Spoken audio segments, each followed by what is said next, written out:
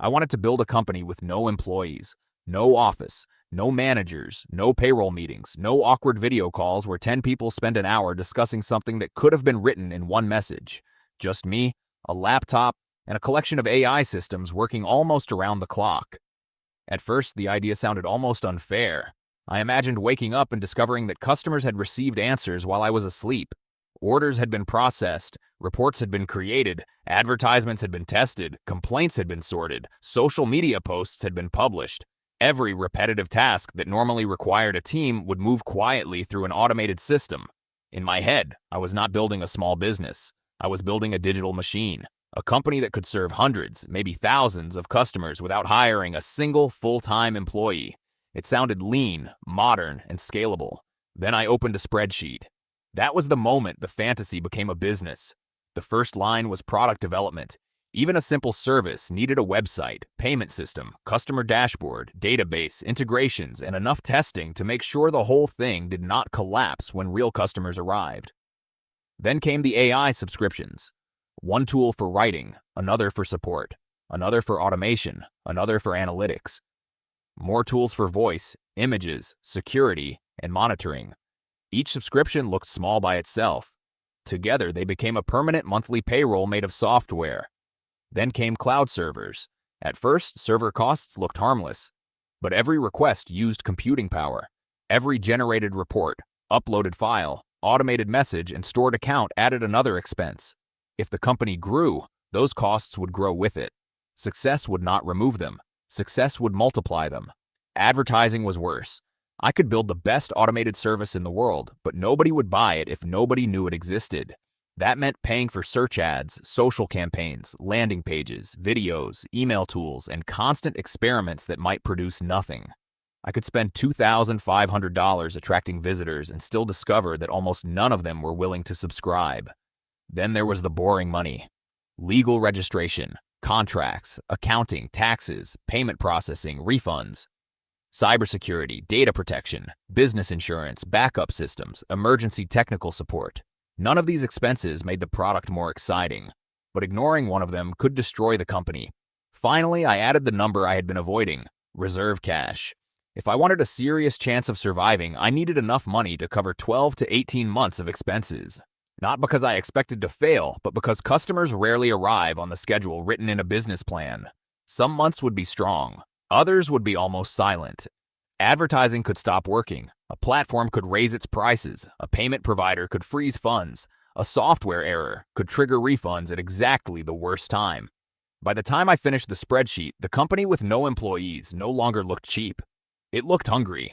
Before I had earned a single dollar, the business already wanted money for development. Aiautomation infrastructure, subscriptions, marketing, compliance, and survival. That was the first contradiction I had to understand. A company with no employees is not necessarily a low-cost company. Sometimes, instead of paying salaries to people, I would pay dozens of software companies every month. Those companies would charge me whether my sales were growing, slowing, or disappearing. And unlike an employee, a software platform would not care that I needed more time. The invoice would arrive automatically.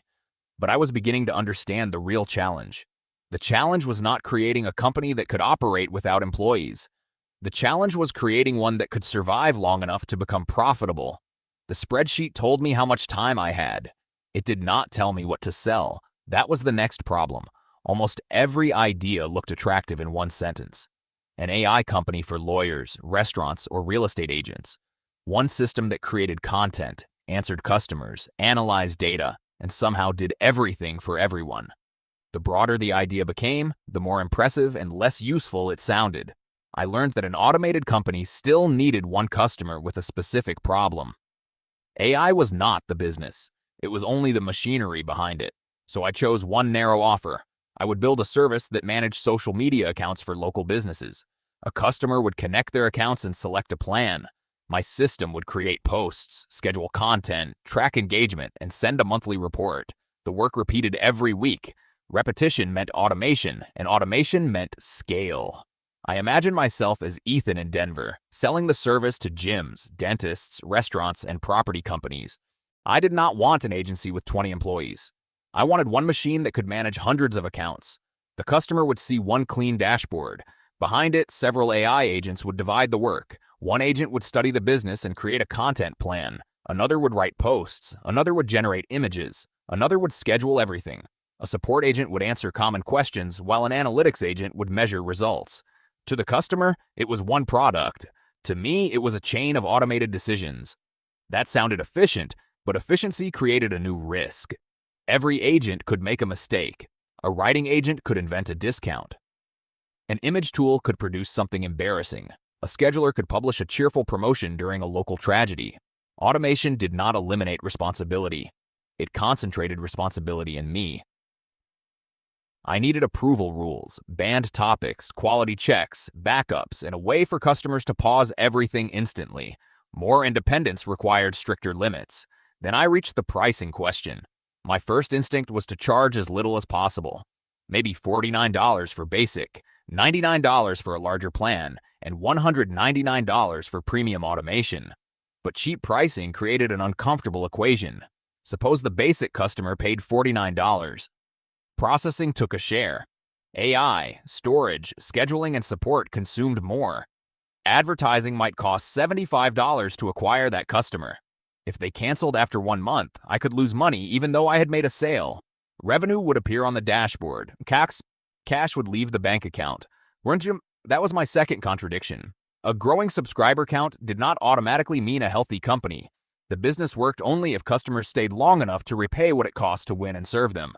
If I spent $75 to win a customer and earned $20 in monthly contribution after direct costs, I needed almost 4 months to recover the acquisition cost. The first 3 months were not profit, they were repayment.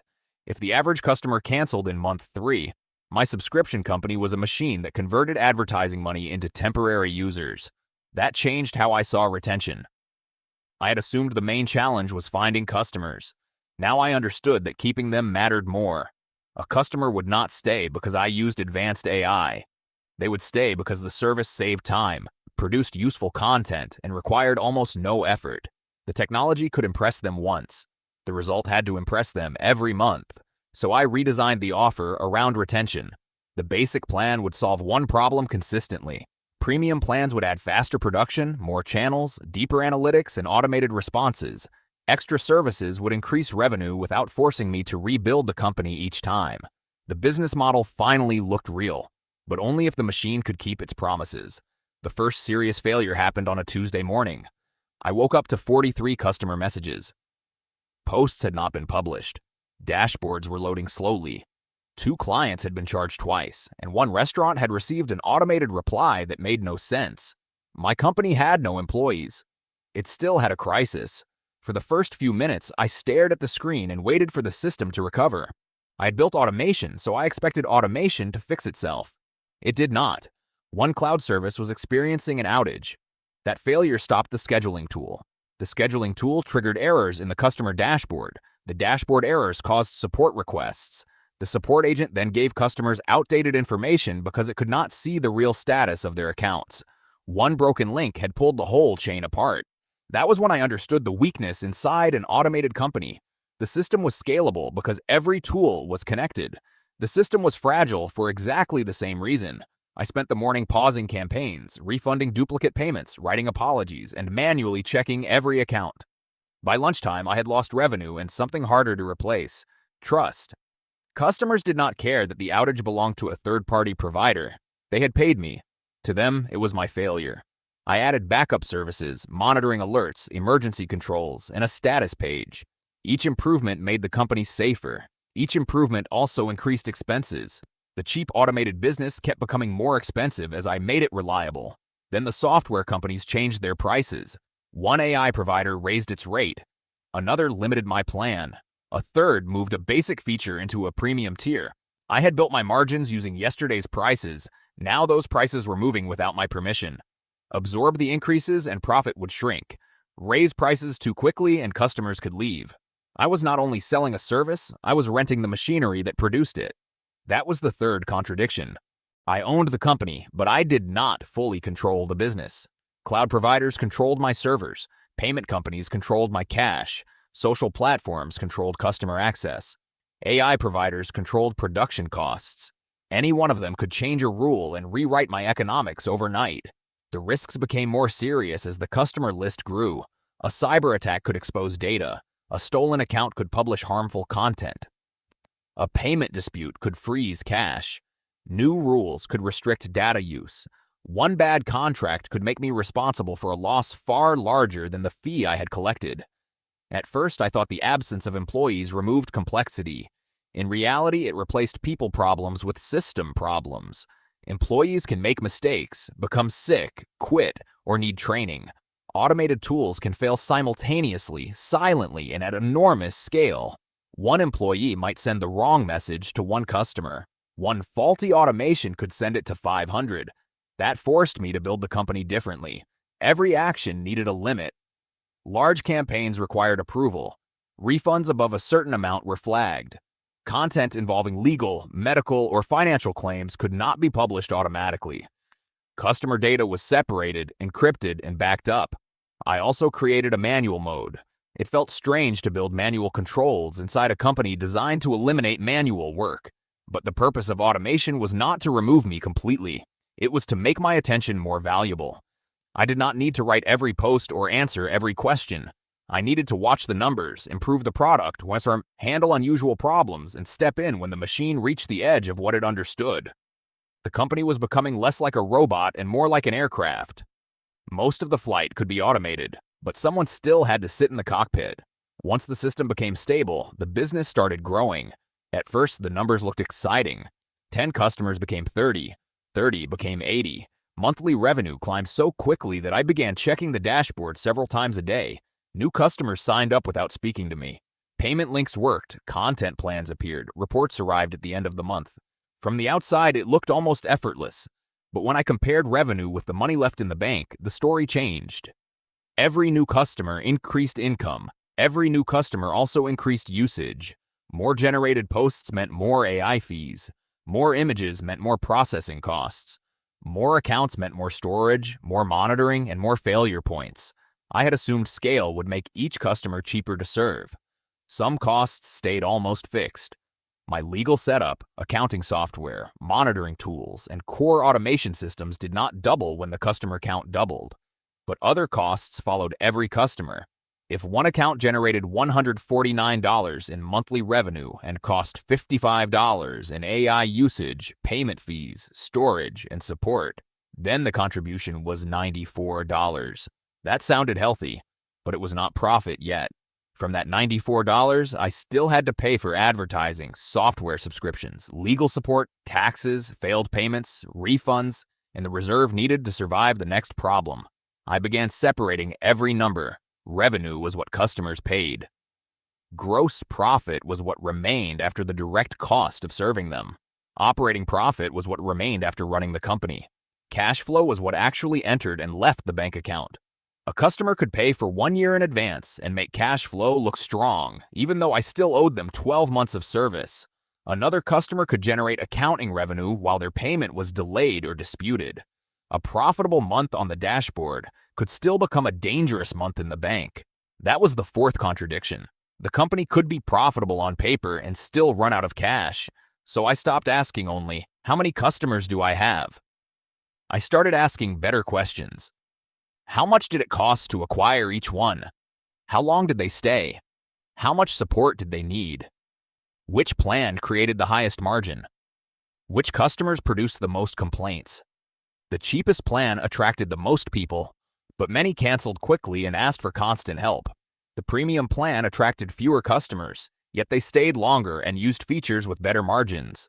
100 low-price customers looked more impressive than 30 premium customers. The 30 premium customers could leave more profit, so I simplified the basic plan and made the premium plan more valuable. I added automated reporting, faster publishing, custom brand rules, and extra channels. Each upgrade increased revenue without forcing me to hire a large team. That was the real advantage of the model. Once the core system existed, I could sell additional digital services at a lower cost than building a new company from the beginning. But I had to protect the margin. If premium features consumed expensive AI resources, the higher price meant nothing. A product could be popular and still be financially weak. I created a limit for every plan. Basic users received a fixed number of posts. Premium users received more, but not unlimited production. Extra usage required an additional payment. Unlimited sounded attractive in marketing. In finance, unlimited was a promise that costs could grow faster than revenue. The company finally began producing steady profit, not because automation removed every expense, because I learned which expenses created value, which customers stayed, and which services could scale without quietly draining the bank account. Growth mattered only when the cash survived the month. The machine was not becoming cheaper, it was becoming more disciplined. The first year ended with a number I had once dreamed about. The company had hundreds of subscribers. Revenue arrived daily, and most work happened without me. From the outside, I had built what I wanted, a company with no employees that could operate almost around the clock. But the business was now approaching the most dangerous stage. It was working. Failure had made me cautious. Success made me impatient. I began imagining what would happen if I doubled the advertising budget. More ads would bring customers. Customers would bring revenue. Revenue would fund more advertising. The loop looked simple. So I increased spending. For weeks, the numbers exploded. New subscriptions arrived faster than ever. Monthly revenue reached a level that had taken nearly a year to build. I thought the company would finally scale without resistance. Then the cancellations started. The new advertising campaign had attracted customers who liked the promise but did not really need the product. They signed up, used the service briefly, and left before their payments covered acquisition. Revenue had grown. Customer quality had fallen. Meanwhile, AI usage rose, support requests multiplied, and refunds became common. The support agent handled simple questions, but unusual problems reached me. I was spending more money to attract worse customers than paying more to serve them. That was the fifth contradiction. Growth could make the company weaker. I had always imagined failure as falling sales. Now I saw another version. A business could grow so fast that it consumed its own cash. Suppose I spent $20,000 on advertising and gained 400 customers. On the surface, that looked like success. But if each customer produced only $30 in monthly contribution and stayed for an average of 1 month, those customers created $12,000 before overhead. I had spent $20,000 to create $12,000. The company had grown and lost $8,000 at the same time. No dashboard celebration could change that arithmetic. I cut advertising. Then I divided customers by source, plan, industry, and retention. Some campaigns produced subscribers who stayed for 9 months. Others produced subscribers who disappeared in 30 days. The cheapest click was not the cheapest customer. A more expensive campaign could be better if it attracted people with a real problem and a reason to stay. I rebuilt the growth system around a payback time. No campaign received more money until customers from that campaign had stayed long enough to repay their acquisition cost. It slowed growth. It also protected the company. That decision created 2 possible futures. In the optimistic future, the company reached 1,000 subscribers. Basic plans covered the fixed operating costs. Premium plans and extra services produced most of the profit. Automation handled ordinary work, while I focused on pricing, partnerships, product improvements, and risk. Revenue became predictable. Expenses grew more slowly than income. The reserve account expanded instead of shrinking. The company remained small in headcount and large in output. In the realistic future, growth was less smooth. A software provider raised prices. A major platform changed its rules. Some customers canceled. Advertising became more expensive, and one security problem forced me to pay for outside technical help. Profit disappeared for several months, but the company survived because I had not treated every good day as permission to spend more. The reserve cash that once looked like unused money became the reason I still had a business. That was the lesson hidden inside the whole experiment. Automation created leverage. It did not create immunity. The company succeeded only when I treated every subscription, server, customer, and automated action as part of one financial system. The AI could perform the work. It could not decide how much risk I should take. That choice was mine.